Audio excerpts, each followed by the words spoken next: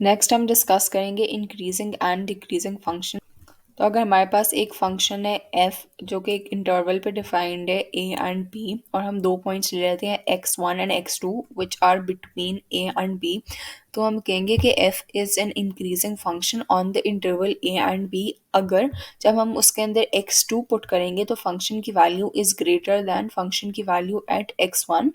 जहाँ पे x2 is greater than x1, और the function is decreasing on the interval A B अगर हम फंक्शन की वैल्यू पुट करेंगे तो फंक्शन की value at x2 is less than the function की वैल्यू एट x1, जहाँ पे x2 is less then x1। तो जो थ्योरम है वो कहता है कि अगर f एक डिफरेंशिएबल फंक्शन है तो वी कैन से कि f is an increasing function on the interval A B अगर f का differential is greater than zero for each x which is between a and b, और f will be a decreasing function on a and b अगर उसका differential is less than zero for all values of x between a and b।